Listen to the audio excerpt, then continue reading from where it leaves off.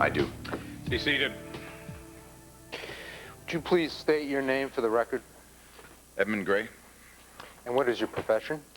I'm a writer and an editor. For Tempo magazine. You're also a partner. Is that correct? That's correct. Mr. Gray, have you won any awards recently? Yes. What? Your Honor, we don't need Mr. Gray's curriculum vitae. Your Honor, I'm trying to establish credibility. Mr. Gray is a renowned journalist known for seeking out and publishing the truth. Very well, continue. Back to those awards. What were they?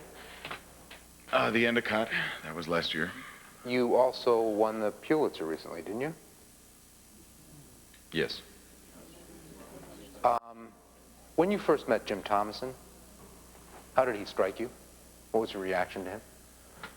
I didn't trust him. Why is that? Instinct. This is the man that, with Brooke English, pulled you out of the Transglobal wreckage, didn't he? That's right. Was your mistrust eventually justified? More than justified. The man was the scum of the earth. Objection. Here we go again, Your Honor, vilifying the victim. I've already ruled on that, Mr. McLean. I'll allow it. Continue, Mr. Dillon. Mr. Gray, would you elaborate on the scum of the earth? Certainly. I made a list.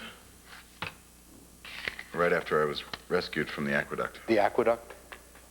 Where Jim Thomason chained me up and left me to die. Why did he do that? Because he knew I had information that would send him to prison. And how did he know that? He followed me to the Rahway State Prison, where his former girlfriend told me he had committed insurance fraud.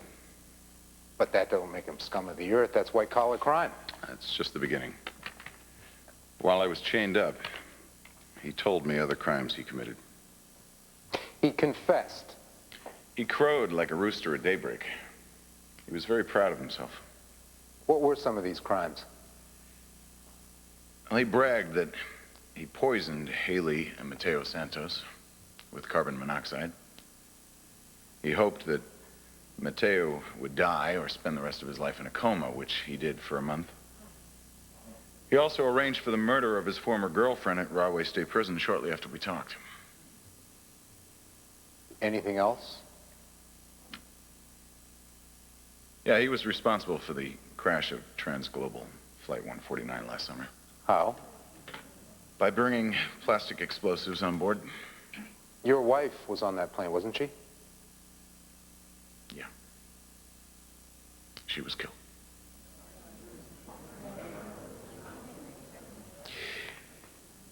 He deliberately held me captive near the place where the plane went down.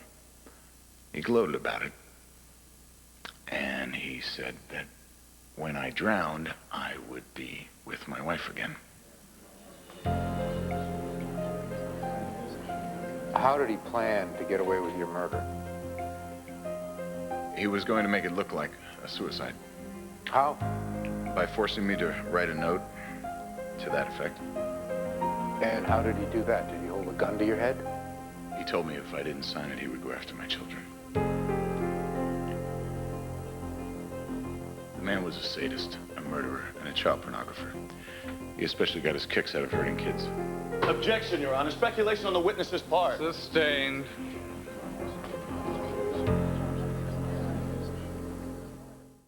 Mr. Gray, after Mr. Thomason's death, did you decide to investigate him further? Yes. Now, why did you do that? He was already dead. Who could he harm? I wanted to prove Brooke right.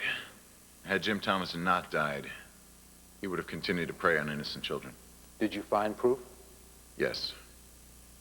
He had some boxes in storage, boxes of photographs.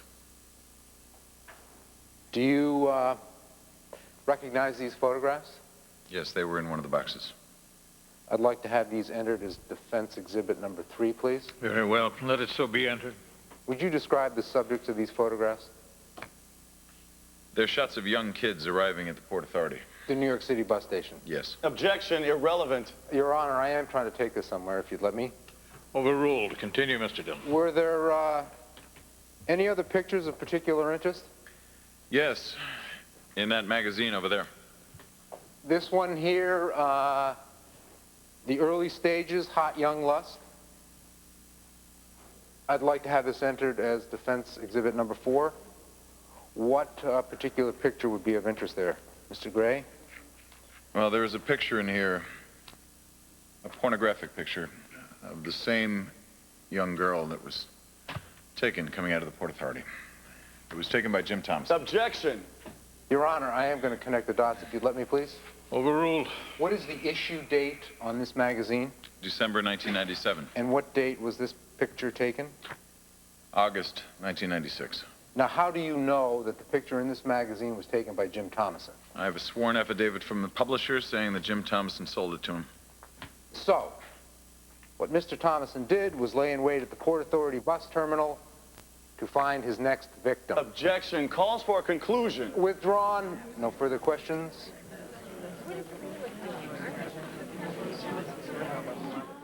Mr. Gray, may I see that list of Jim Thomason's alleged transgressions? I'm surprised there's nothing here about the sinking of the Lusitania. Objection, Your Honor. Sustained. Mr. Gray, what is your relationship with the defendant? We're friends. And also partners, correct, at Tempo Magazine? That's correct. And as such, you stand to inherit half of Jim Thomason's shares in the magazine now that he's deceased? Yes. So you actually benefited from his death? The children of Pine Valley benefited from his death. Just answer the question, Mr. Gray. Did you or did you not profit monetarily from Jim Thomason's murder? Objection. Counselor cannot use the word murder. Sustained. All right. Let's get back to the subject of the plane crash. Who was it that pulled you from the wreckage? Jim Thomason. It was a very good cover. He liked to play hero, especially since he caused the crash in the first place. Your Honor. Please refrain from editorializing, Mr. Gray. Did Jim Thomason help save your life, yes or no? Yes. I have no further questions for this witness. Mr. Dillon, do you wish to redirect? Yes, Your Honor, I do. Do you need the assets that you will gain from Jim Thomason's stock? No. Do you have any debts? No. Aren't you, in fact, a major philanthropist in the community? I like to give money to worthy causes, yes. And didn't you contribute close to $1 million to the community through a foundation in your wife's name? Yes. And your assets, according to my notes, are worth many, many millions of dollars? I believe so, yes. So Thomason's stock is, in fact, a drop in the bucket to you? Yes. Thank you. We'll have a short recess. Court will resume in 15 minutes.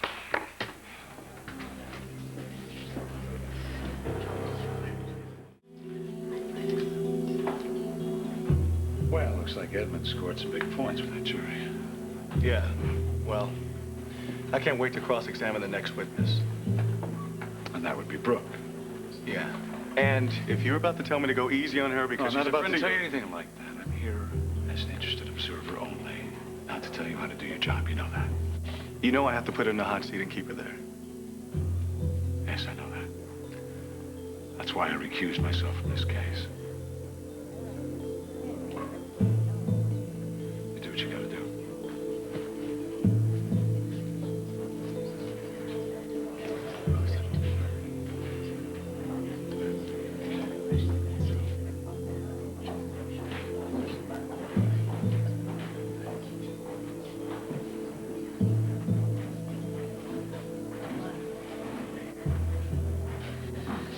Listen, Janet, I appreciate what you're trying to do. I've been watching them very closely. The jury is starting to come over to your side. So then it's up to me now. And you're gonna do fine. Just follow my lead. Don't get rattled. McClain cross-examines you, okay? Okay. All rise. Please be seated. Mr. Dillon, are you ready to call your next witness? Yes, Your Honor. Call a defendant, Brooke English.